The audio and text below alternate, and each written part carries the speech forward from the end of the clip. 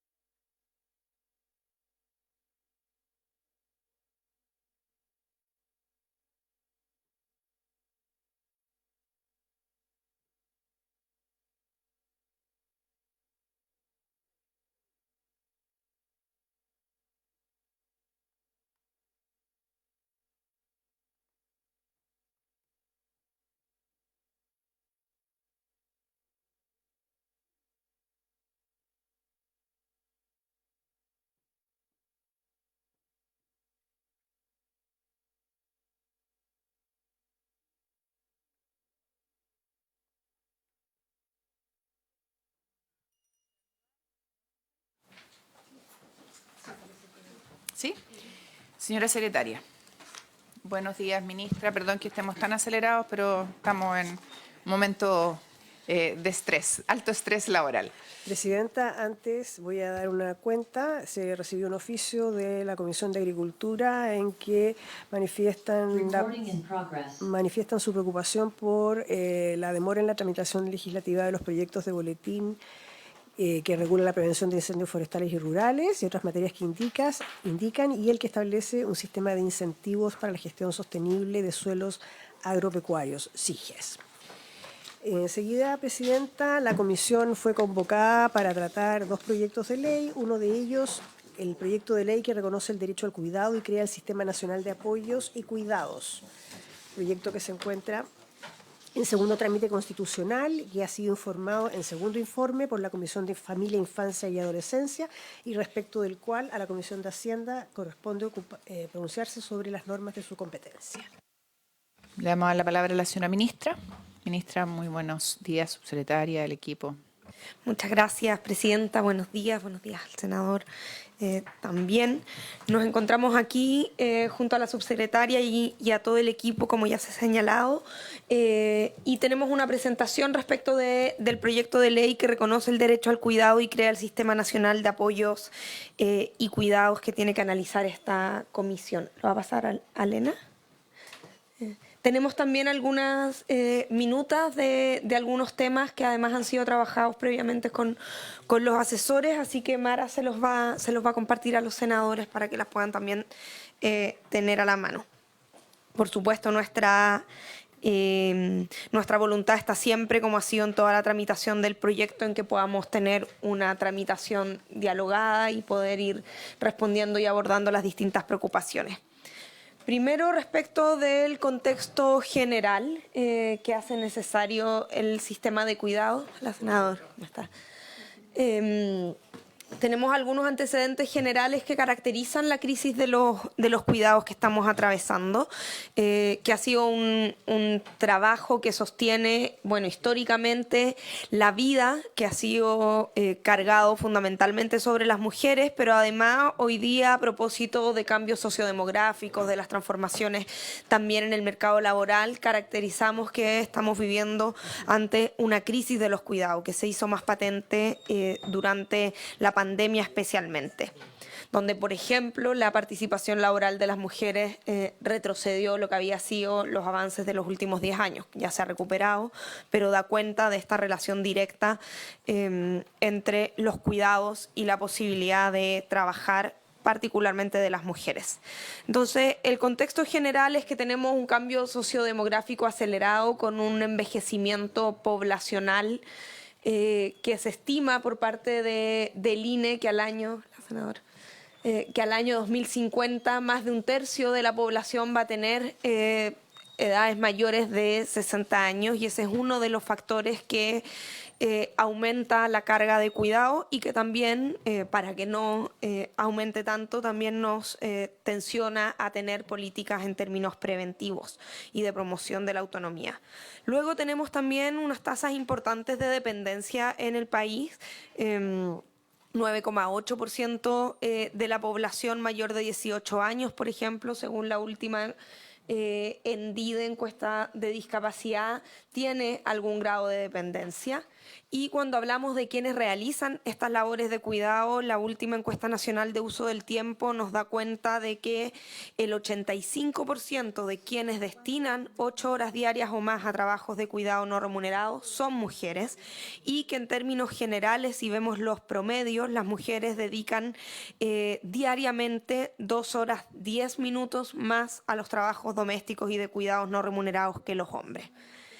Luego, cuando vemos la relación directa con el mercado laboral, si miramos a la población que está fuera del mercado laboral, que sabemos además que una tasa importante de mujeres, El 35% de las mujeres que están fuera del mercado laboral señalan que es por razones domésticas y de cuidado.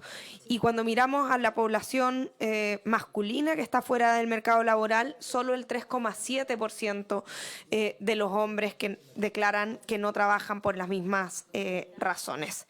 Y el estudio más reciente del Ministerio de Hacienda con Comunidad Mujer señala que si valorizáramos el trabajo doméstico y de cuidados no remunerados, representaría más del 19% del PIB ampliado en el país. Estos son solo algunos datos que dan cuenta de la alta demanda de los cuidados, de que hay menos personas disponibles para cuidar y que esto además es una crisis que se está acentuando. Luego, si vamos, ¿qué es lo que hemos realizado en materia de cuidados durante este gobierno?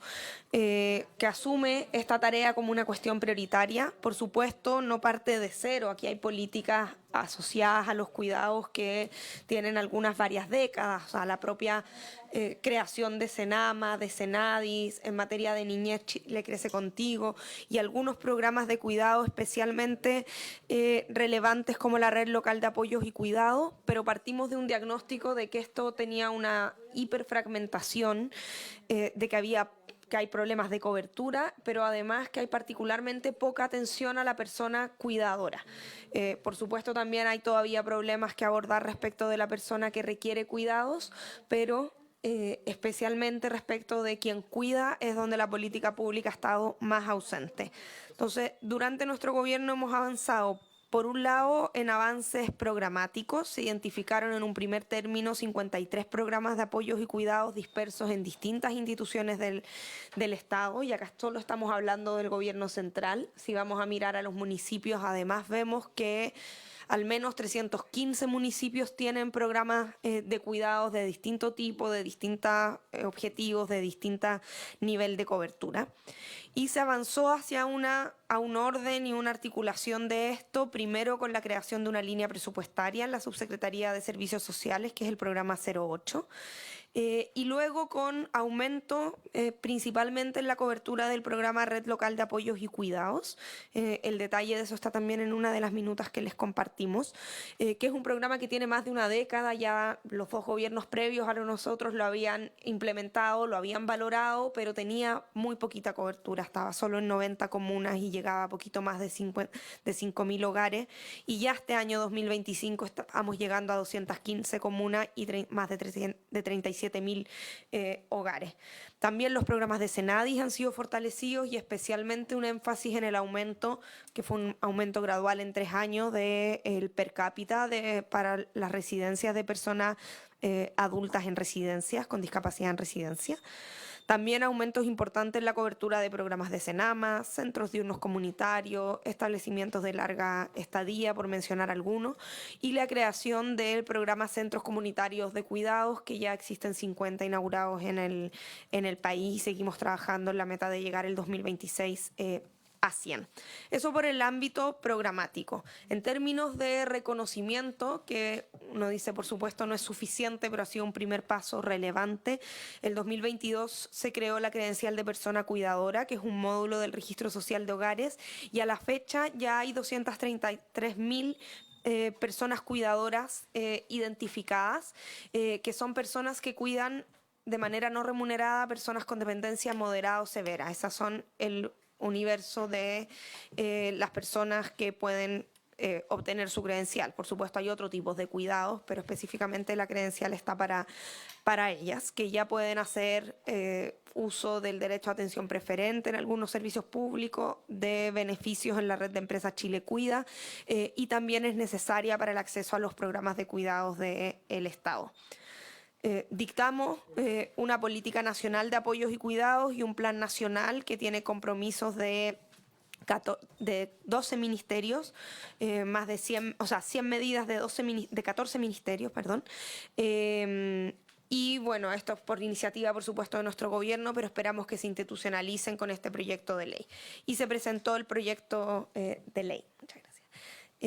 Eso en términos de antecedentes generales, y ya para ir directamente al contenido del proyecto, fue presentado en la Cámara de Diputados y Diputadas el 10 de junio del año pasado, 2024. En el primer trámite se discutió largamente en la Comisión de Desarrollo Social, donde hubo una participación bien amplia de distintas instituciones. Se recibieron 27 audiencias, donde participaron organizaciones de la sociedad civil, de cuidadores, de cuidadoras, de personas con discapacidad, de la academia, de municipio, en general de todos los actores centrales en el ligado hoy día a los cuidados. Se aprobó en general por unanimidad, se presentaron 133 indicaciones que en general fueron aprobadas de manera bastante amplia, y quiero destacar que este espíritu de transversalidad ha guiado tanto en la Cámara como en el Senado la tramitación de este proyecto, y también ahí hemos ido construyendo puntos en comunes y se han aprobado, bueno, como pueden ver ahí en la Cámara, 133 indicaciones se votaron, y aquí en la Comisión de Familia del Senado 201 indicaciones se votaron, y en general se resolvieron con amplias mayorías. Fue aprobado luego en la sala de la Cámara y pasó a segundo trámite aquí al Senado. Se aprobó en general el 27 de mayo. Y en la sala del Senado también con amplias mayorías, 33 votos a favor y 2 en contra. Y luego se discutió en la Comisión de Familia, Infancia y Adolescencia. Aquí el senador Walker participó muy activamente de esa tramitación, y también ese ánimo de acuerdos transversales estuvo presente. Se recibieron también 17 organizaciones y se presentaron 201 indicaciones que en general fueron aprobadas con unanimidad, la gran mayoría o con amplias mayorías con esta voluntad. Gracias, ministra. Voy a hacer una pequeña interrupción. Este proyecto se discutió, como ustedes saben, en la Comisión de Familia. Ahí participó mi colega, jefe de bancada, además, Matías Walker. Yo voy a pedir que él participe en la votación de este proyecto. En mi reemplazo va a presidir el senador Galilea. Yo voy a estar entrando y saliendo, pero para que todos sepan, porque tengo que ir a ver otros temas urgentes. Gracias.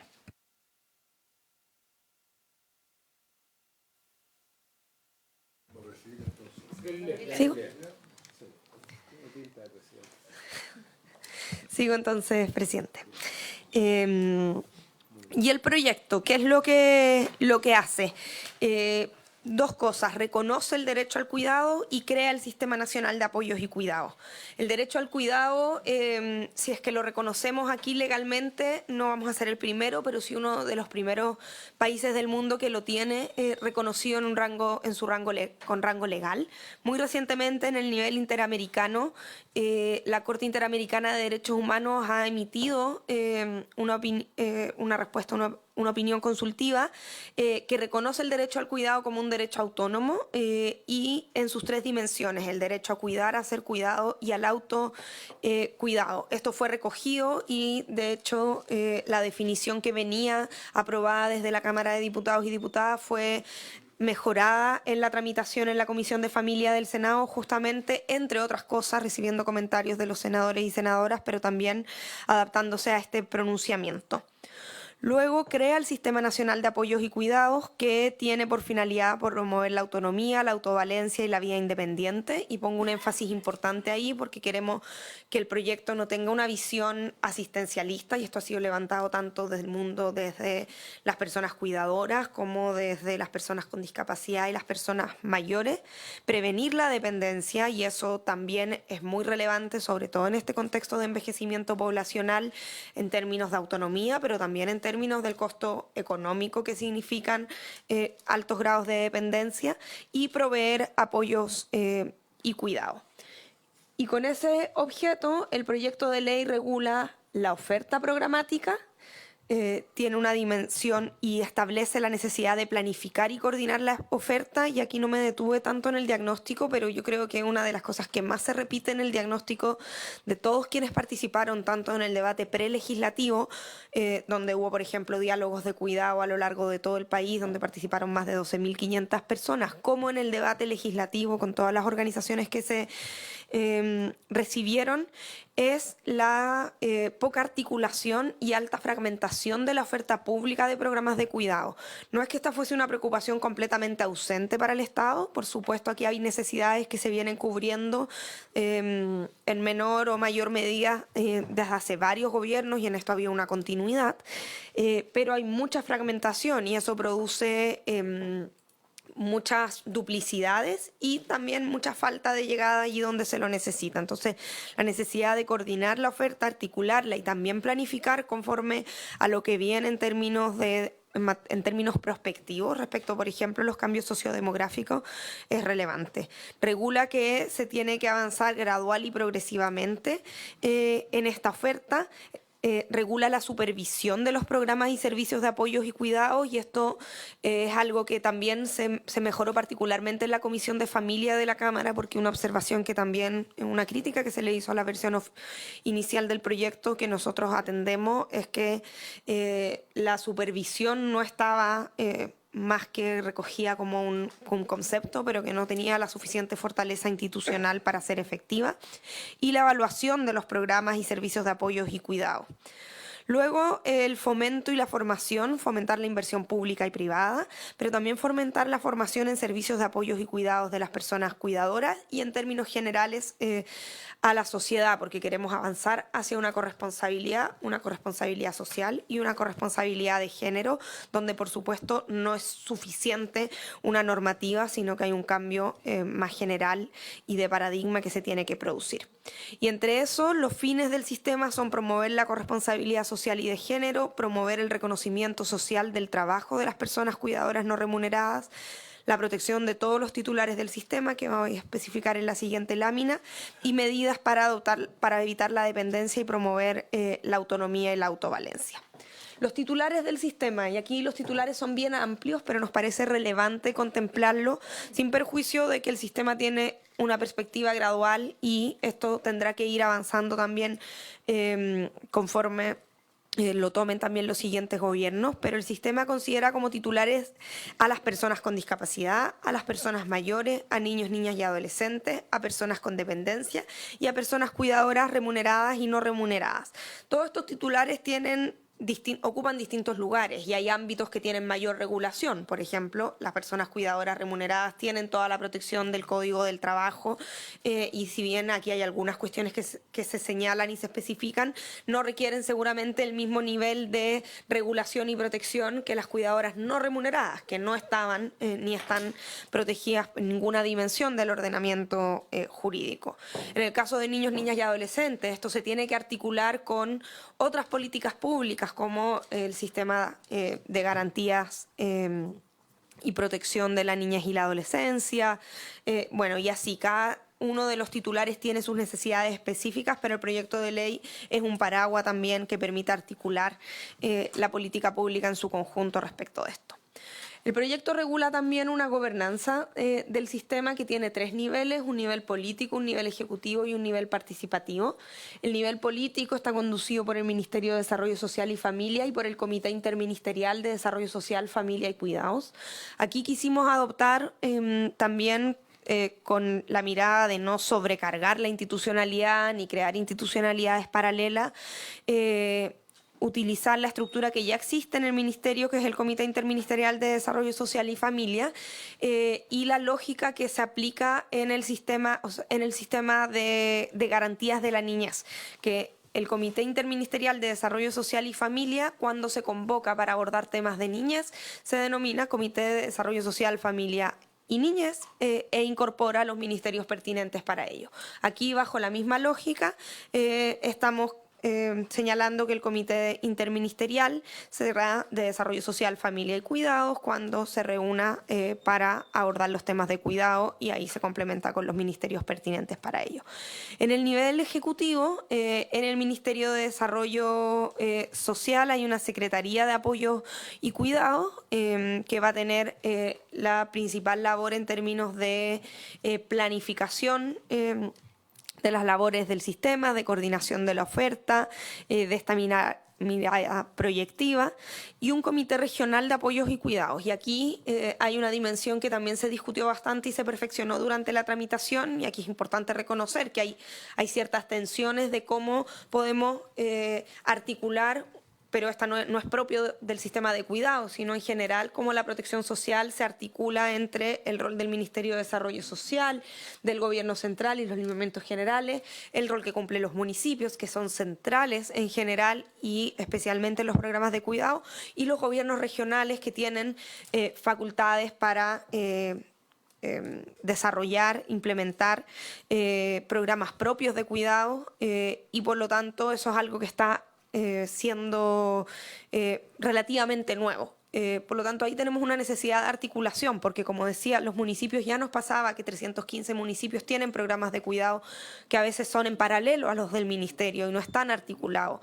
Y ahí se necesita este comité regional para que pueda haber una verdadera articulación. Por supuesto, puede suceder que haya gobiernos regionales, como sucede, que financian el aumento de la oferta en programas que son del gobierno central o que son de los municipios. O puede ser que los municipios ejecuten programas del Ministerio de Desarrollo Social, pero también puede pasar que tengan sus programas propios, y la idea es que estos programas propios no tienen por qué estar restringidos, pero sí debiesen estar articulados y existir este mandato legal para evitar no solo evitar la duplicidad, sino darle coherencia, y también desde el punto de vista de los usuarios, esta fragmentación se vive como bastante incoherente, difícil de entender y a veces incluso como poco empática con la realidad de las familias.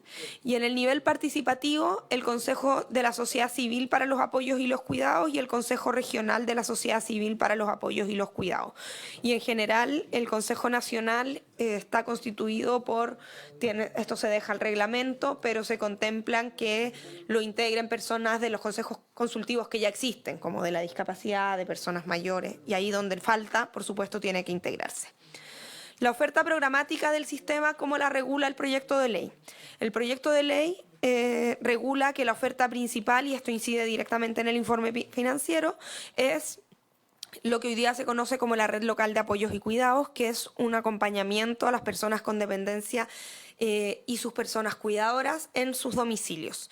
Y eso se regula en el proyecto de ley directamente, entonces el sistema tiene que tener esta oferta que llega a los domicilios con este apoyo a la diada. Y luego, transitoriamente, señala que los programas que hoy día están en el programa presupuestario 08 de la Subsecretaría de Servicios Sociales van a formar parte del sistema, pero también regula que nuevos programas pueden ser incorporados en el sistema mediante decreto supremo, y ahí está regulado. Esto está regulado de manera muy similar a lo que sucede con el subsistema de seguridades y oportunidades, que también la ley regula cómo se incorporan los programas al sistema.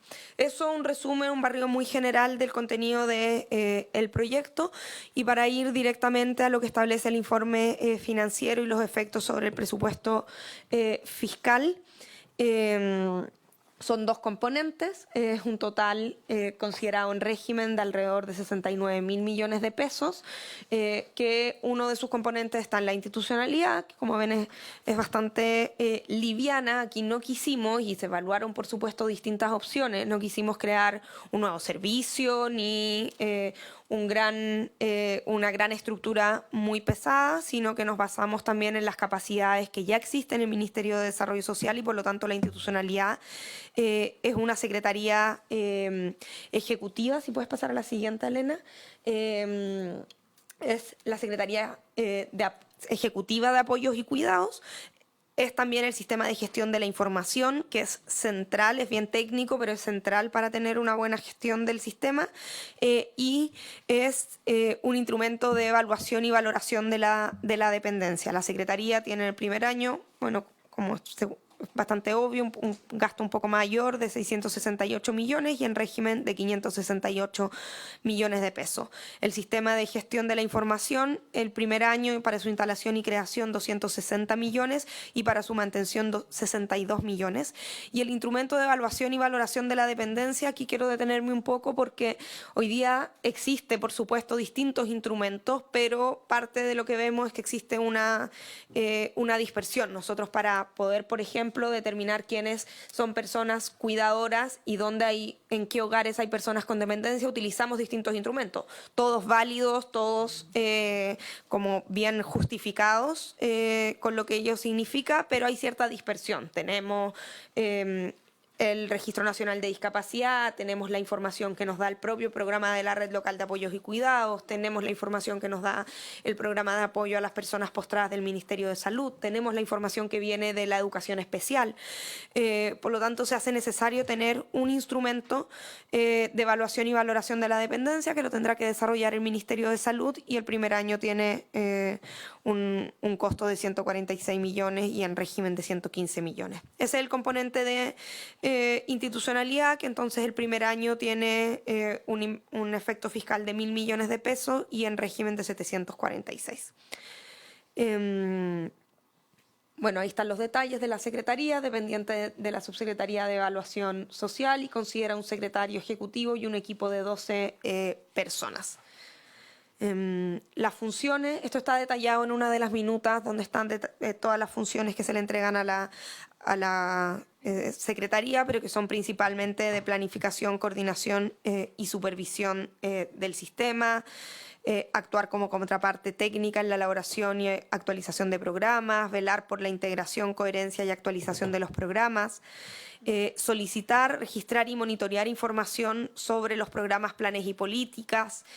Todo esto viene en la línea de abordar la dispersión y fragmentación que existe en el Estado, promover la inversión y la cooperación pública y privada, monitorar la implementación del sistema, asesorar técnicamente a municipalidades y gobiernos regionales, supervisar, y aquí está uno de los ámbitos el principal ámbito que se modificó en términos de las atribuciones de la Secretaría en la Comisión de Familia, que tiene que ver con la supervisión a los organismos de la Administración del Estado que provean servicios de apoyos y cuidados, y propender a la estandarización de los canales de gestión de reclamos y consultas, además de asesorar al Ministerio específicamente en sus tareas que tienen que ver con el sistema de cuidados, que es la política nacional,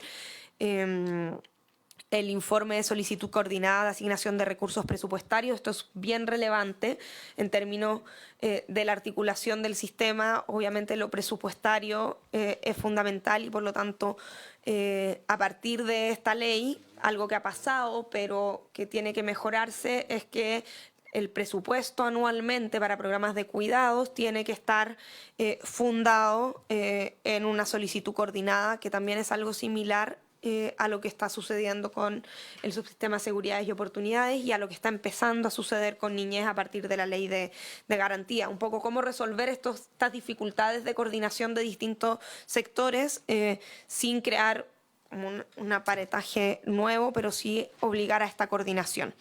Propuesta de normas y reformas legales y la propuesta de programas que tendrían que ser integrados al sistema, además de las orientaciones generales, que son una parte importante de poder ejercer la supervisión. Luego, el sistema de gestión de información de apoyos y cuidados busca dar el soporte informático y tecnológico al sistema que permitirá la interoperabilidad de los sistemas sociales del Estado. Tiene que asegurar la gestión, coordinación y evaluación mediante información oportuna, confiable y actualizada sobre las personas que requieren cuidado, las personas cuidadoras y la oferta programática, y sería administrado por el Ministerio de Desarrollo Social a través de la Subsecretaría de Evaluación Social. Y respecto del instrumento de evaluación y valoración de la dependencia, ya lo señalé su relevancia y va a estar a cargo del Ministerio de Salud. Y respecto de la oferta programática, como decía hoy día, el proyecto establece un programa como principal, que es lo que hoy día se denomina la Red Local de Apoyos y Cuidados. La Red Local de Apoyos y Cuidados es un programa que llega a los domicilios donde hay personas con dependencia moderada o severa y donde hay una diada, una persona cuidada y una persona cuidadora, y le entrega distintos tipos de apoyos que a ambas partes, porque muchos otros programas solo atienden a la persona que tiene con dependencia o a la persona con discapacidad. Entonces, este programa le entrega apoyo a ambas partes de la diada.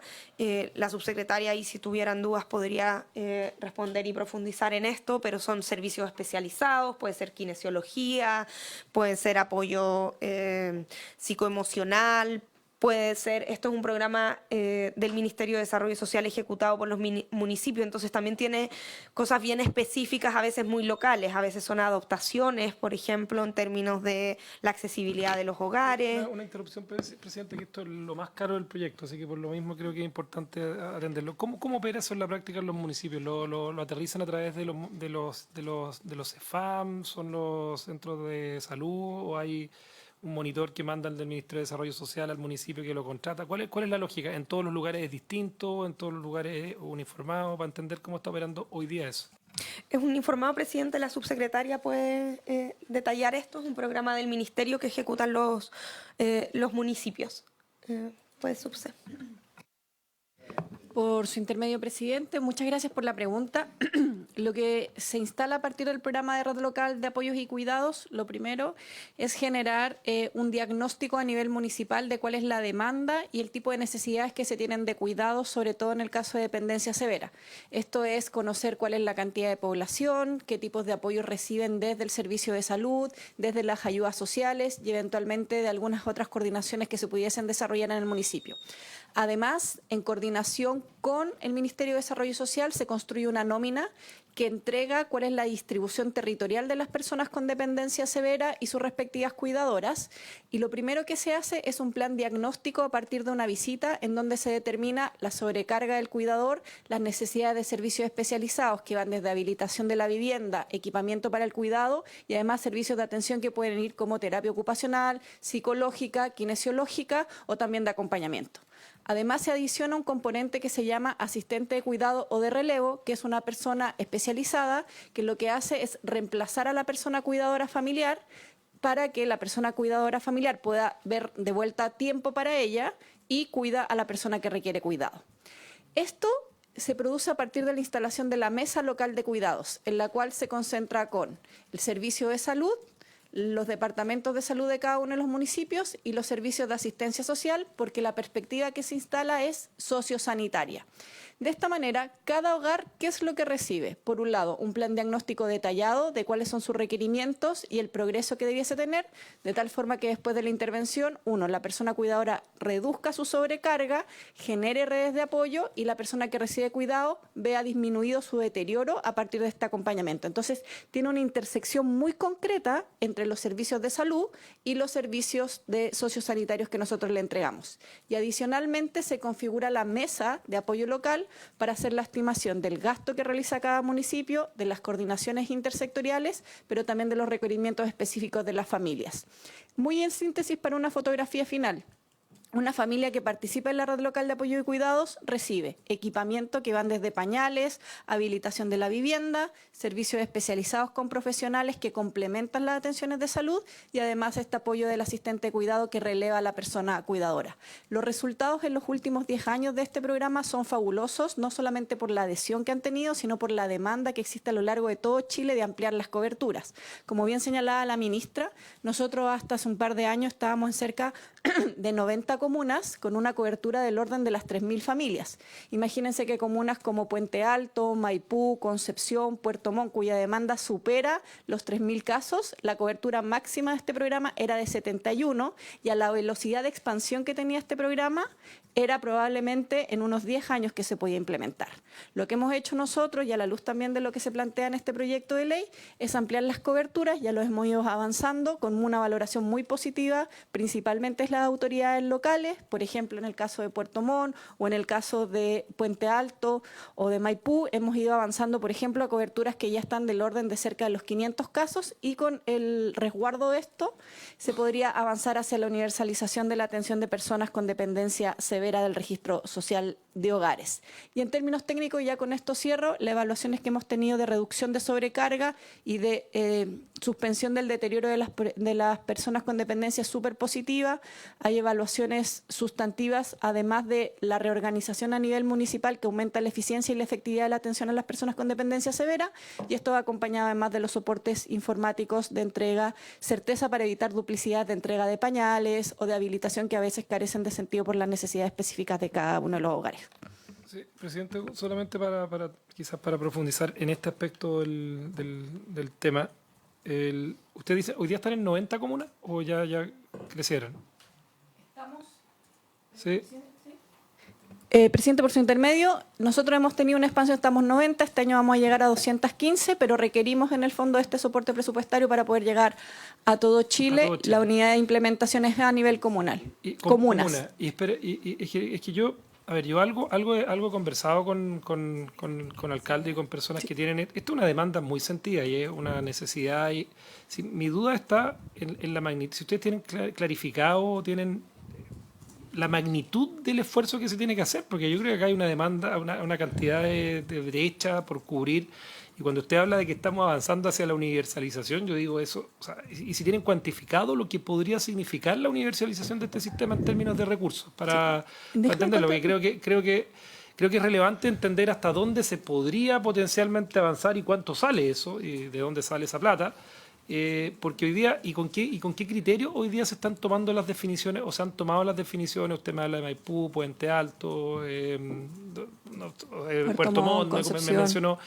¿Con qué criterios? Porque en el fondo acá la necesidad en las comunas donde ya está funcionando sigue existiendo y yo creo que no sé si ni siquiera lleguen al 10% en cada una de esas comunas. O sea, yo así lo veo. O sea, no creo que estén llegando al 10% en las comunas donde... Porque es demasiada la necesidad y es un tema muy importante y mi pregunta más de fondo acá, que tiene que ver, si ustedes aspiran a llegar a la universalización, hay que entender cuánto costaría la universalización y si con esta planificación, con esta metodología, que hay mucho o sea, lo que estamos creando es un sistema que generalmente centraliza, planifica y va identificando las necesidades. Yo no sé si esto lo tienen más o menos avanzado hoy día y saben cuál es la brecha que tiene el sistema hoy día para cuantificar una necesidad que compartimos que es muy significativa. Sí, gracias. Sí, o sea, es verdad que la brecha es mucha y es parte del diagnóstico del que partimos para el proyecto, ¿cierto? Y evidentemente, y por eso el proyecto tiene una visión de gradualidad. Nos encantaría llegar a todos. Reconocemos que no hay ¿Sabe cuánto posibilidad. sale llegar a todos? Sí, pero ahí quiero explicar una decisión que tomamos con el proyecto de ley. Porque hoy día el programa, explicaba la subsecretaria, el año 2022 estaba en 90 comunas y 5.300 diadas atendía. ¿Ya? Y ahí la brecha era gigantesca. De personas con dependencia moderada o severa. El programa estaba pensado y diseñado para ambos tipos de dependencia. Nosotros lo hemos ampliado y llegamos a 37.500 diadas este año en 215 comunas. Y eso ha significado no solo crecer en comunas, sino también crecer en cobertura en muchas comunas. Había comuna con 15 usuarios. Entonces, por supuesto que esta demanda era muy amplia y ese detalle la subsecretaria lo puede especificar. Pero el proyecto aquí hace una decisión que obviamente no fue fácil, pero dado que los recursos son limitados, nosotros dijimos, y a pesar de que el programa es muy necesario para familias donde hay todo tipo de dependencia, dijimos quienes lo requieren más son quienes tienen dependencia severa, porque ahí los cuidadores suelen ser 24/7, no tienen nada de respiro. Por lo tanto, en el registro social de hogares, y este es el monto que está ahí, en el registro social de hogares hay alrededor de 75.000 personas con dependencia severa. Entonces, ese es el universo que nosotros vemos y que está garantizado acá. Por supuesto, el proyecto habla de que ojalá un principio de progresividad y esto puede irse complementando, pero ahí ya dependerá de las leyes de presupuesto, de los gobiernos regionales, pero lo que queremos es que en los hogares donde hay personas con dependencia severa, el programa sí o sí pueda llegar. Y así ha sido el crecimiento que la subsecretaria puede detallar. Solamente para poder profundizar en la línea de lo que señala la ministra, efectivamente, para poder ir avanzando en el cierre de brechas, la virtud que tiene la red local de apoyos y cuidados es que instala una pequeña gobernanza en los municipios para organizar también los recursos que tienen a nivel municipal.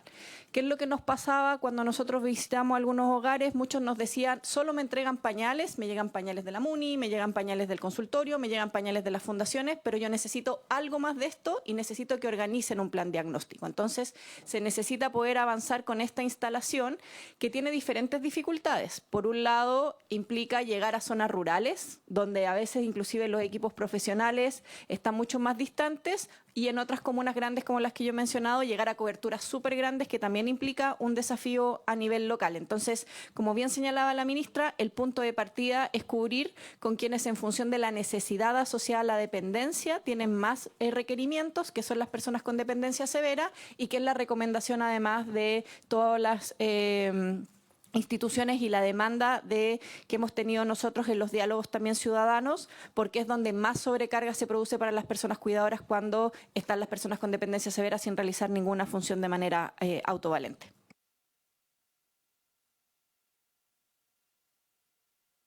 Para cuantificar el número ese, que es lo que tiene que hacer esta Comisión de Hacienda, estamos hablando más o menos de 918.000 pesos por cada una de esas personas al año, si no me equivoco. Ese es más o menos el cálculo, y eso es lo que ustedes distribuyen en Más o menos, este es el Pero- mayor es gasto. el mayor gasto, claro. Hay una...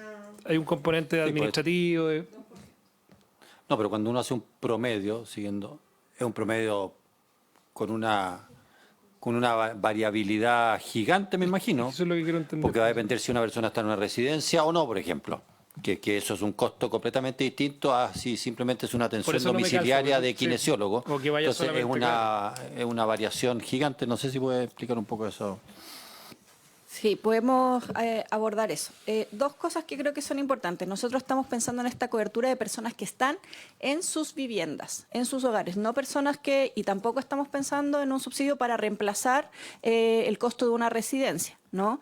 Y por tanto, efectivamente, un promedio que varía en función de qué, del plan diagnóstico que se realiza a la familia. Hay familias en donde nosotros hemos encontrado que ya tienen recursos y redes de apoyo y por tanto no existe tal sobrecarga, y hay otras que tienen unas necesidades completas, partiendo por la habilitación completa de la vivienda, que va desde emparejar el piso hasta un catre clínico, ¿no? Entonces, efectivamente, el promedio tiene un intervalo distinto, pero que se va asociando en función de la variación. Inclusive, el tipo de profesionales que asisten a las viviendas varía. Nosotros siempre utilizamos este ejemplo. Por ejemplo, en el sur hay comunas en las cuales parte del asistente de cuidado inclusive colabora con cortar leña, porque en el fondo no hay condiciones en el hogar para poder traer la leña dentro del hogar, ¿no? En otros casos, por ejemplo, el podólogo es súper solicitado porque es lo que se requiere en función de la ausencia de recursos. Entonces, dentro de los promedios estamos en esa cifra, pero con esa variabilidad.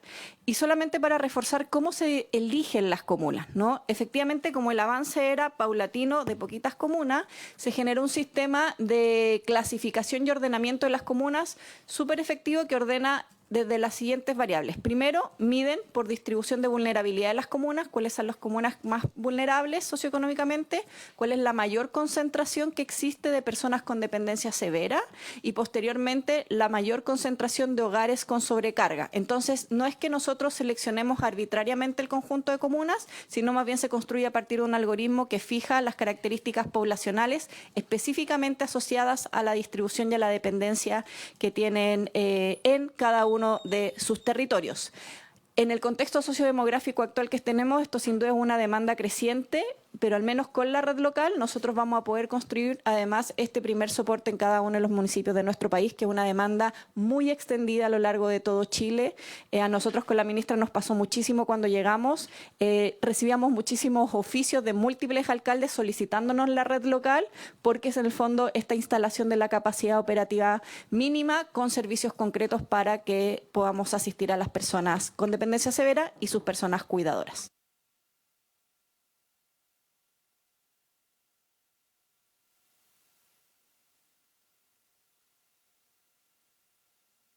El resumen de lo que acabamos de señalar.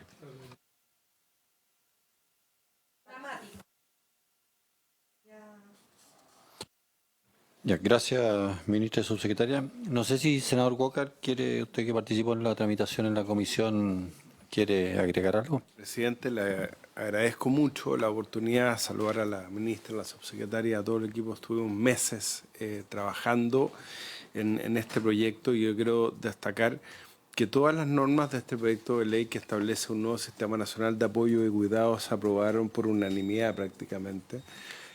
Gracias a también el trabajo de la mesa de asesores. Estuvimos con la senadora Carmen Gloria Aravena, el senador Enrique Van Rieselberghe, la senadora Loreto Carvajal y la presidenta de la comisión, la senadora Fabiola Campillay. Yo creo que la ministra lo ha explicado muy bien. Es un proyecto muy concreto, muy tangible. Cuando uno habla con las organizaciones de cuidadoras, y a ustedes le habrá pasado probablemente en las regiones que representan, la tarjeta nacional de cuidadoras no remuneradas es algo muy apreciado, ¿no? Con todo lo es que una vez yo pedí que me mostraran eso, así que Usted lo dijo. y de hecho grabamos un video con la ministra mostrando esta tarjeta de cuidadoras, porque además con el código QR ahí uno tienen información respecto a todo el sistema y la oferta programática que existe en las comunas. Se estableció además el principio de corresponsabilidad social, que es muy importante, porque esto tiene que ver no solamente con el reconocimiento de las cuidadoras, sino que hay una responsabilidad de la sociedad en su conjunto, el enfoque de género, porque además la mayoría de las cuidadoras son mujeres. Quizá uno de los pocos aspectos que fue controvertido, pero donde finalmente logramos un acuerdo, el que planteó, por ejemplo, el senador Enrique Van Rieselberghe, respecto de qué pasaba con las organizaciones con fines de lucro, ¿no? Y finalmente lo que se resolvió es que, por ejemplo, una casa de cuidados, ¿no? que puede tener una organización jurídica como sociedad anónima, van a estar dentro del sistema, respecto de los catastros, respecto de la coordinación, pero para los efectos de las transferencias de los gobiernos regionales, por ejemplo, va a ser exclusivamente respecto de las entidades sin fines de lucro, siguiendo la regla general y todo lo que ha ocurrido después del caso convenio, etcétera. Pero se hace hincapié mucho en la colaboración público-privada a través, sobre todo, de la red de empresas, ¿no? que participan en el sistema. Y yo creo que eso es algo muy relevante también, el registro nacional de personas cuidadoras, esta credencial de personas cuidadoras con atención preferente. O sea, lo que me refería a la alianza público-privada, la red de empresas Chile Cuida, creo que es un instrumento muy importante a fortalecer, incorporar el sector privado en este sistema. Y yo creo que, como ha dicho bien la ministra, respecto a los recursos, estos se concentran sobre todo en la oferta programática, en prestaciones que son concretas y tangibles para los cuidadores, las personas que son sujetas de cuidado. Yo solamente para terminar, presidente, yo creo que el hecho de que se hable ya no solamente de un sistema nacional de cuidado, sino de un sistema nacional de apoyos y cuidados le da esa tangibilidad, esa concreción que es muy importante, que nos estaban pidiendo las distintas organizaciones. Así que yo solamente quiero dar fe que esto fue fruto de una larga tramitación y un acuerdo unánime. Dedicamos muchas sesiones a este proyecto, así que espero que la Comisión de Hacienda pueda ratificarlo y llevarlo a la sala lo antes posible. Muchas gracias, presidente. Gracias. Senador Macaya. Primero preguntar eso, o sea, estábamos en segundo trámite, entiendo que esto vuelve a la Cámara si es que hubo cambios o modificaciones sustanciales. Segundo, preguntar, porque entiendo que el senador Van Rieselberghe sí planteó una discusión respecto al tema de las entidades con fines de lucro. Entiendo, para entender cómo se resolvió en la práctica eso.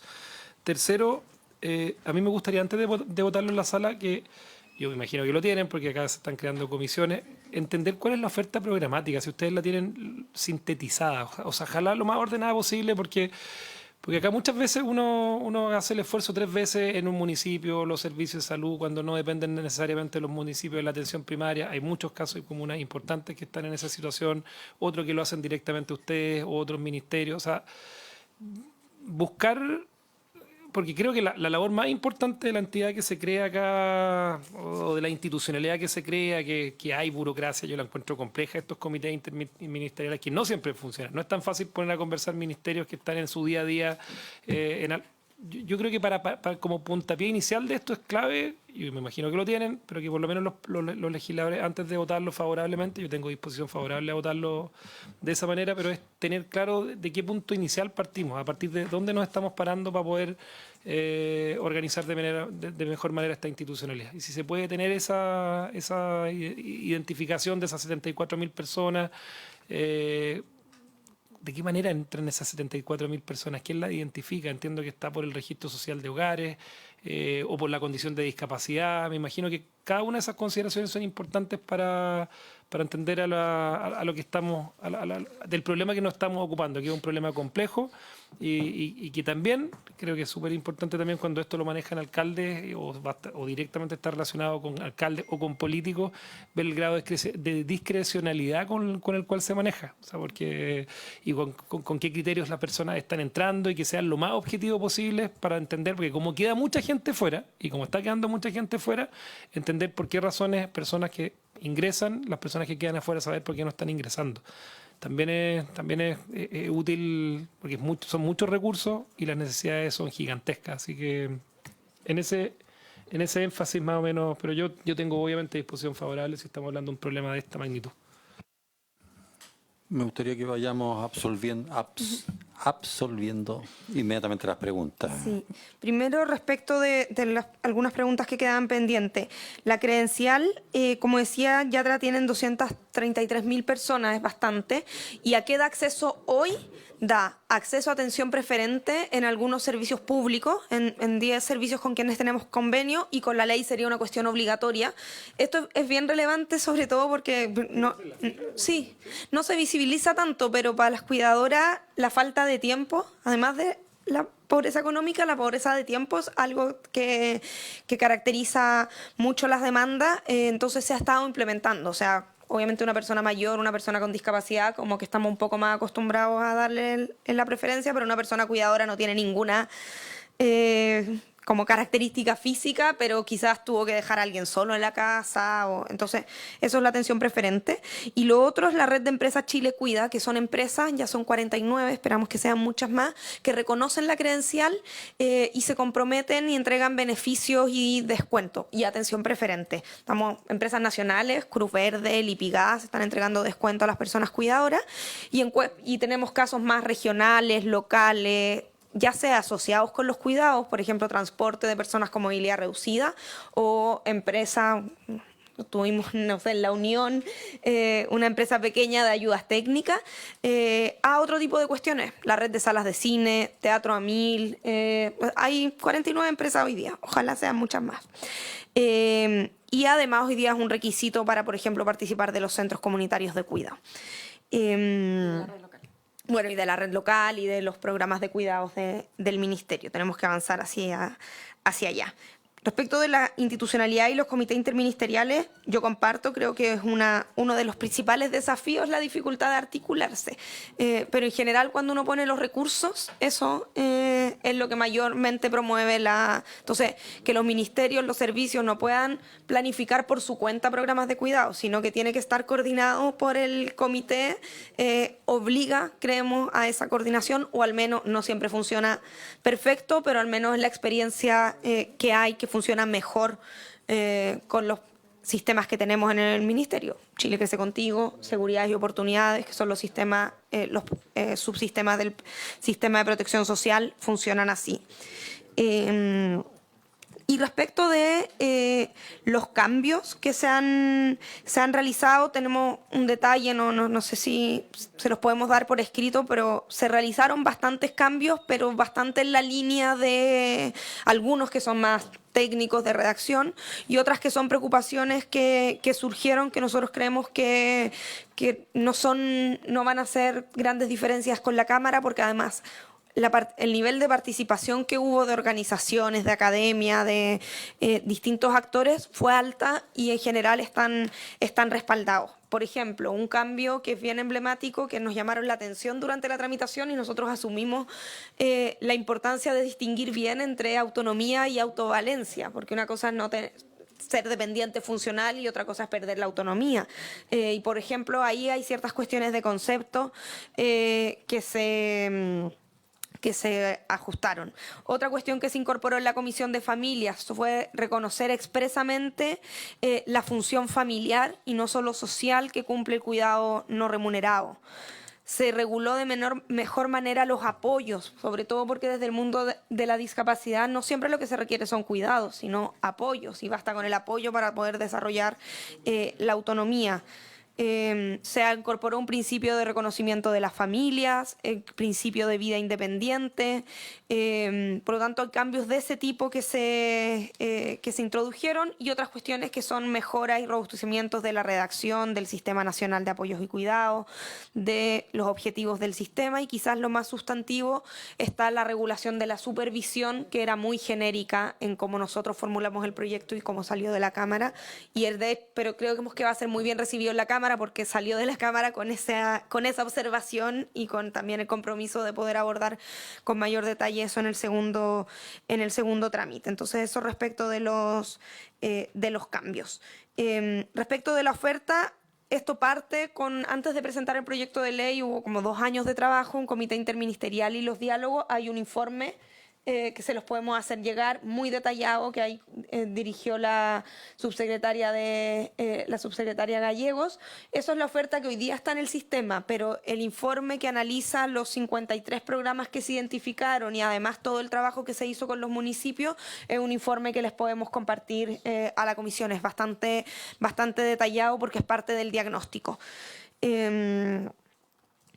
Respecto de los privados, hay efectivamente una diferencia respecto de cuál era el rol de los privados con fines de lucro. El proyecto reconoce muy importantemente a los privados y la importancia de la colaboración público-privada, porque además en las discusiones que se dan a nivel no solo en Chile, sino comparado respecto de los cuidados, el objetivo de un sistema de cuidados, de la redistribución social del trabajo de cuidado, no es que sea solo el Estado el que lo asuma y que le quite una función a la familia, sino que se redistribuya entre familias, comunidades, Estado y privados. Por lo tanto, los privados son parte importante del sistema.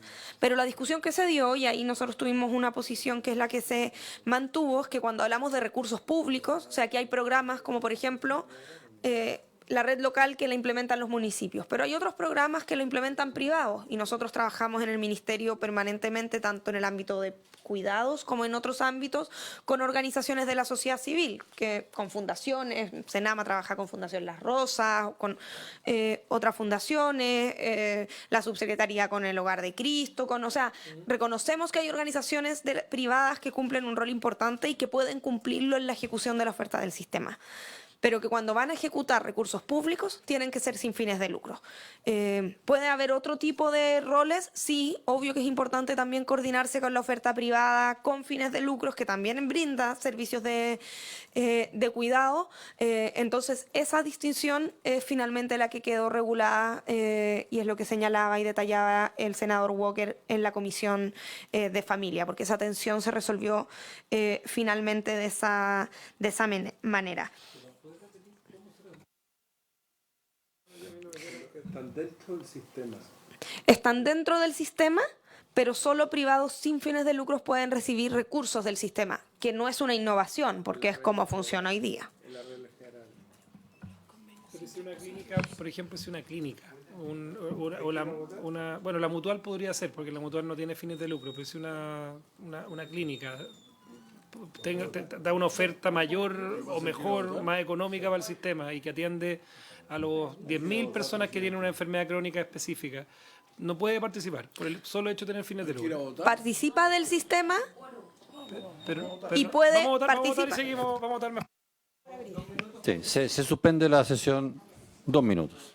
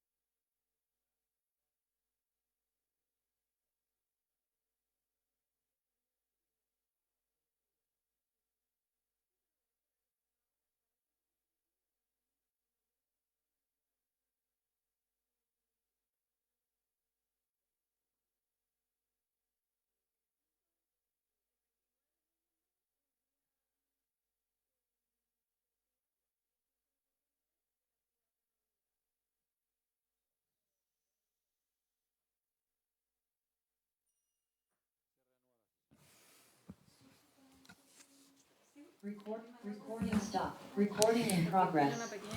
Estamos esperando el in progress. Ya. Seguimos entonces respecto de la oferta programática y estamos abriendo el informe que se los voy a mandar también por WhatsApp para que puedan... ¿Se lo mandaste a la Elena? Ah, ya. Ya. Y respecto de los privados, para cerrar ese punto, efectivamente, como decía, forman parte del sistema y lo que se regula es que pueden celebrar convenios, en particular con los gobiernos regionales, pero sin transferencias. Forman parte del sistema en el sentido de que los líneas... Por ejemplo, tenemos el caso de la propia Red de Empresas Chile Cuida, que hoy día es un acuerdo que tenemos y un reconocimiento que hacemos desde el Ministerio, pero no tiene un carácter como más institucional, porque no puede ser un convenio, porque no está regulado ni tenemos como las atribuciones para ello. Ahora, la pregunta del senador Macaya, si pudiera una clínica privada ejecutar un programa de cuidados como, no sé, lo que señalábamos, la red local. Algo que digan, oye, tenemos estos 10.000 abuelitos que están en la red nuestra y necesitan esta prestación kinésica, qué sé yo, no sé, estoy pensando en términos más estoy pensándolo en términos de que si hay algún prestador privado que tiene los beneficios, el costo-beneficio asociado con un costo más bajo y un beneficio que se pueda amplificar, ¿por qué excluirlo y por qué renunciar a eso? ¿Por una razón solamente por el hecho de que tengan fines de lucro? ¿Un tema ideológico? Quiero entenderlo. Para la ejecución de los programas, por ejemplo, ¿cómo se ejecutan los programas del Ministerio? Por ejemplo... Quiero ejemplificar quizás con los programas de calle o los programas de Senama. El programa tiene lineamientos técnicos, se suscribe un convenio, lo ejecuta una delegación, un municipio o un privado como una fundación. Ahora, ese privado o el público eventualmente para alguna prestación puede comprarla, sí, eso es posible. En la propia red local de apoyos y cuidados puede haber servicios especializados que los entregue eventualmente el mercado. Pero lo que no puede hacer es que un privado ejecute el programa. Es que por eso hago la pregunta, ¿por qué? ¿Cuál es la razón detrás de eso? O sea, ¿cuál fue el fundamento? Porque en ese caso, si hay el fundamento detrás de eso es que si hay fines de lucro, parte de los recursos públicos que tienen que ir a la atención van a ir a la ganancia de ese privado y no van a ir directo a la atención. Y esto, insisto, es como funcionan en general, más allá de la discusión que se ha dado acá. Nunca hemos tenido una problemática en el sentido de que eso pase o esa disposición exista respecto de los programas del Ministerio de Desarrollo Social. Funciona más o menos así. Entonces, la idea es que todos los recursos de los programas vayan directamente y completamente a la prestación del servicio y no finalmente al lucro del privado. Es que presidente, solamente, yo creo que esto es una discusión que se da no solamente acá, o sea, en el fondo bajo esa premisa uno podría decir en realidad que los recursos vayan directamente a las personas, pues así nos evitamos una burocracia o tener detrás de eso vía transferencia directa de recursos a las familias, o sea, dividiendo las 900 lucas que significaban los 74.000 usuarios. O sea, a mí me pasa que si, no sé, el día de mañana Senior Suite, no tengo idea quién será el dueño de Senior Suite, no sé si será con o sin fines de lucro, pero se otorga una cuestión que en costo-utilidad, en costo para el Estado de Chile, es más eficiente, es más barato, estamos renunciando a eso solamente por el hecho de que ese privado tiene fines de lucro. O sea, quiero entenderlo, porque creo que la ideología le ha hecho mal otras discusiones en materia de educación, en materia de pensiones, en materia de salud, y al final acá estamos de nuevo insistiendo en un concepto que creo que desde la perspectiva de cómo llegar a satisfacer más rápido una necesidad que es gigantesca, estamos cerrando un espacio de algo que podría contribuir a la satisfacción de esa necesidad muchas veces con mayor eficiencia. Senador Walker parece que quería... Solamente, presidente, yo creo que la inquietud del senador Javier Macaya es muy válida y la discutimos ampliamente. De hecho, destinamos un par de sesiones en la Comisión de Familia a discutirlo.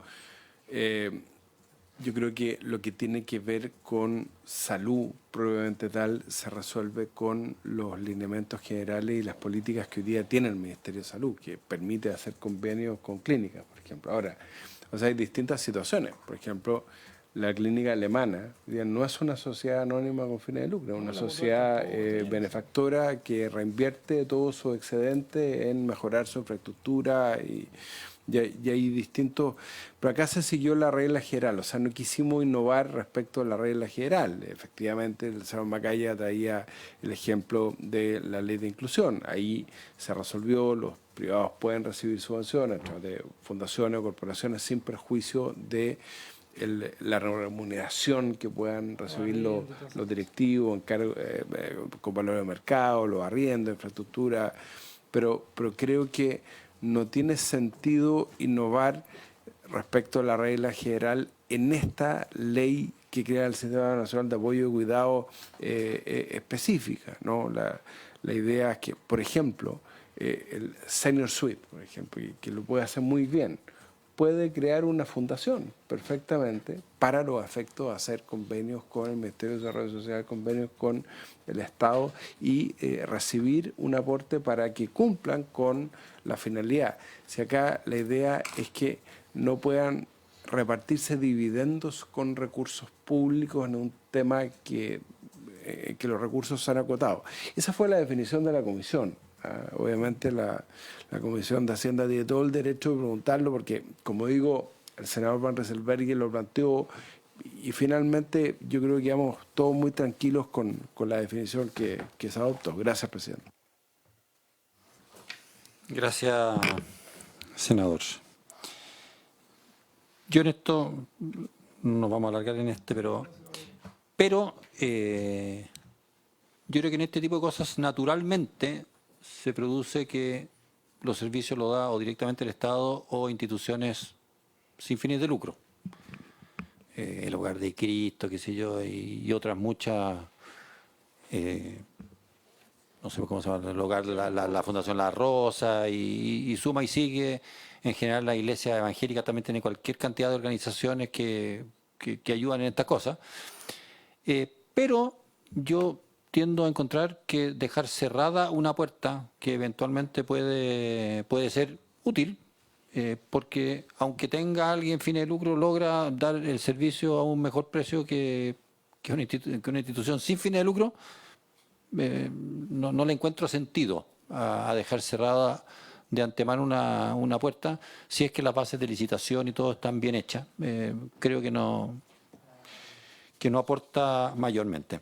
Pero quería, y a propósito de eso mismo, no sé si podemos revisar muy rápidamente, porque yo ya no recuerdo cómo funcionaba cada uno de estos programas del Sistema Nacional de Cuidado. No sé si quiere, prenda el micrófono y vamos revisando el Fondo de Subsidio a los ELEAM. Los ELEAM son administrados por, ya tengo la duda si es por el Ministerio de Salud o por el Ministerio de Desarrollo Social. ¿Quién los manda a construir? ¿Son con plata? ¿Pueden ser platas ministeriales? ¿Pueden ser platas de gobiernos regionales? ¿Cómo es la situación de ellos en la actualidad? Si quiere usted... bueno, o vaya usted misma. Gracias.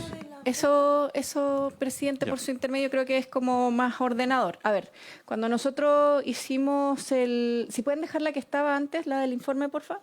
Cuando nosotros hicimos el informe, lo que hicimos fue identificar todos los programas que estuviesen asociados a estas poblaciones en cuestión. Niños y niñas, personas con discapacidad, personas mayores y personas cuidadoras, y se clasificaron en 6 categorías. Cuidados en instituciones y comunitarios, donde está, por ejemplo, los establecimientos de larga estadía, que usted ha señalado muy bien.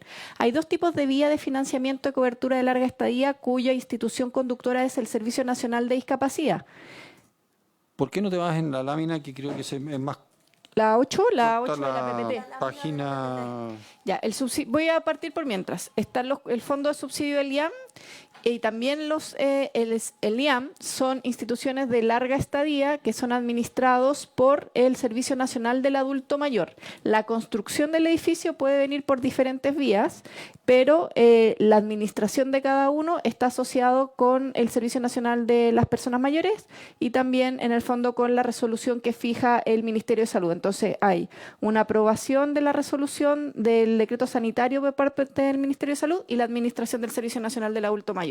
Ya, pero la administración, por lo tanto, es genéricamente el Ministerio de Desarrollo Social. Ministerio de Desarrollo Social, Y por tanto Senama. es fácil desde el punto de vista de la Secretaría Ejecutiva Poder seguir, administrarlo, exacto. se subsidia usted a un programa que depende de usted. Los cuidados domiciliarios que también, porque estos son cuidados domiciliarios específicamente para personas mayores solas o personas mayores sin redes, también por el Servicio Nacional del Adulto Mayor, Ministerio de Desarrollo Social.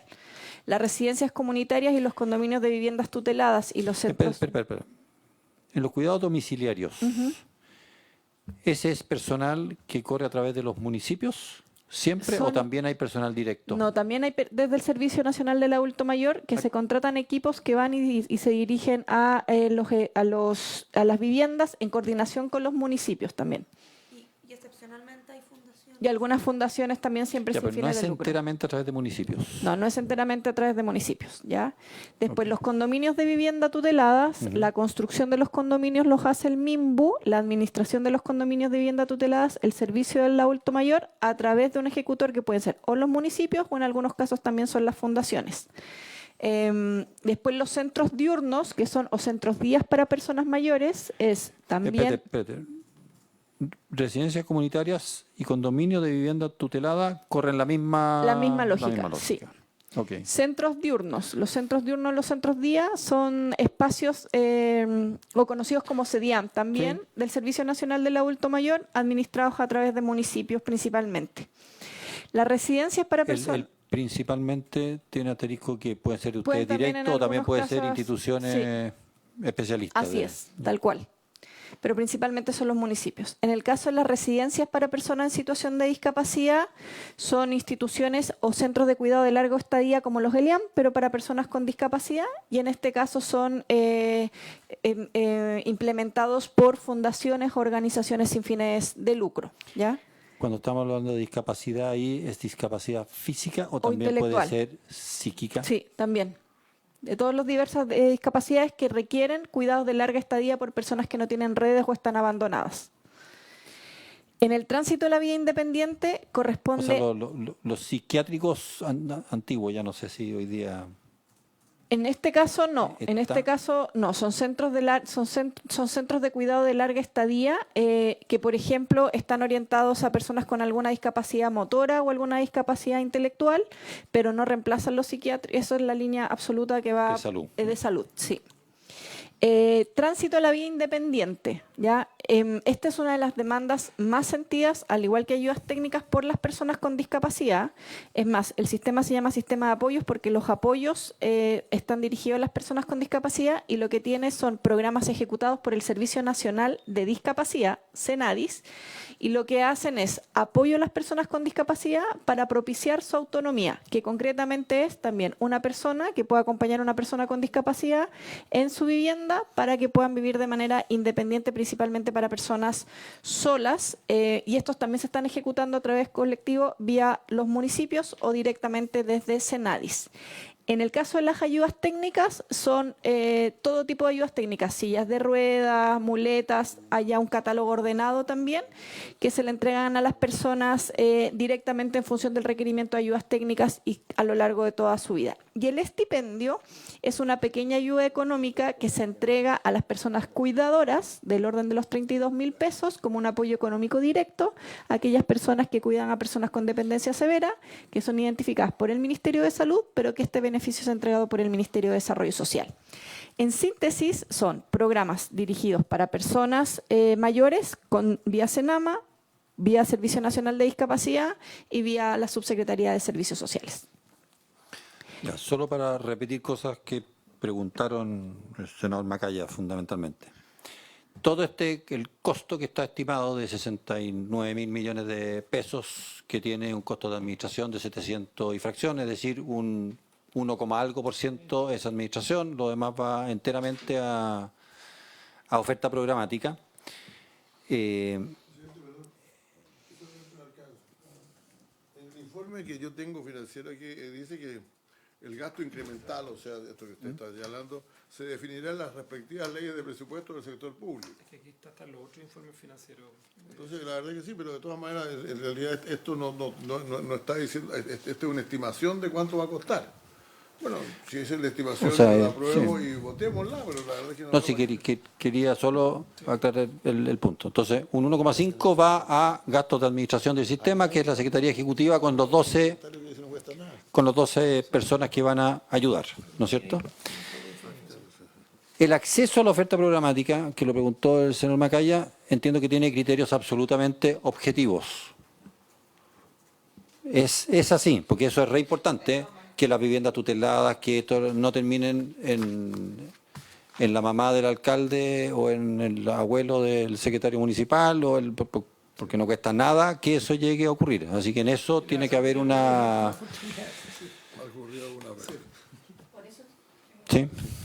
Muy corto, presidente, pero por eso, por ejemplo, es súper clave que hayamos avanzado en tener un registro centralizado de personas cuidadoras. O sea, antes no sabíamos y existían como registros municipales o parciales de las personas cuidadoras, y hoy ya tenemos un registro centralizado, nos permite identificar dónde están, cuáles son sus requerimientos. Entonces, las nóminas de construcción de los participantes acá no quedan a discrecionalidad, sino se van construyendo desde el Ministerio de Desarrollo Social. Y eso es fundamental porque... Pero no solo de cuidadoras, sino que de beneficiarios. Sí, de las personas que con cuidan y las personas que requieren cuidado. Como se fija, vulnerabilidad, grado de nivel de... nivel socioeconómico, test de medios, las situaciones que reciben y todos los datos administrativos que constituyen la clasificación socioeconómica de Chile. Ministra. Presidente. Sí, eso ya lo clarificaba la subsecretaria, y cada uno de los programas tiene también su evaluación, sus requisitos, y la idea también que con el sistema la Secretaría Ejecutiva, parte de lo que va a poder ver, mirar de manera articulada quiénes son estos beneficiarios, pero todos los programas del Ministerio de Desarrollo Social tienen normas muy claras respecto de ello.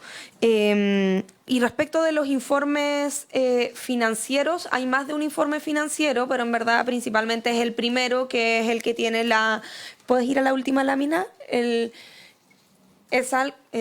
Los recursos que ya hemos examinado, y los otros informes financieros se presentan. Uno es una actualización.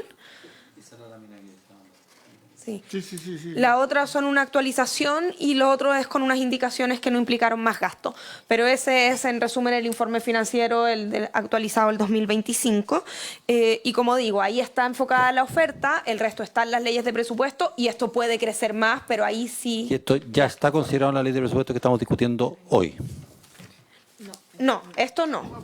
El crecimiento o sea, todos los programas del P08 que acaba de repasar la subsecretaria, sí. Eso está con los presupuestos que tiene hoy, y si los años siguientes aumenta, será cosa de la ley de presupuesto, ¿cierto? Pero el incremento de la red local de apoyos y cuidados va a crecer un poco el 2026, pero para llegar a las 345 comunas y a las 75.000 personas sí necesitamos este proyecto. Y ahí eso está en ese incremental. Ok. Secretaria, ¿cuáles son las normas que hay que votar? Presidente, la comisión tiene que pronunciarse respecto de 14 disposiciones, 12 artículos permanentes y 2 artículos transitorios. Perdón, 12. 12 que son artículos permanentes y 2 artículos transitorios. Voy a decir cuáles son y brevísimamente a qué se refieren. El artículo 3º, inciso 2, que señala que el Estado dispondrá de instrumentos de medición del uso del tiempo y valorización del trabajo. El artículo 4, el Estado contará con oferta adecuada en materia de apoyos. El artículo 6, que crea el Sistema Nacional de Apoyos y Cuidados. El artículo 11, que se refiere a la Secretaría de Apoyos y Cuidados y sus funciones. El artículo 22, en sus incisos 1 y 2, que alude a la oferta programática del sistema.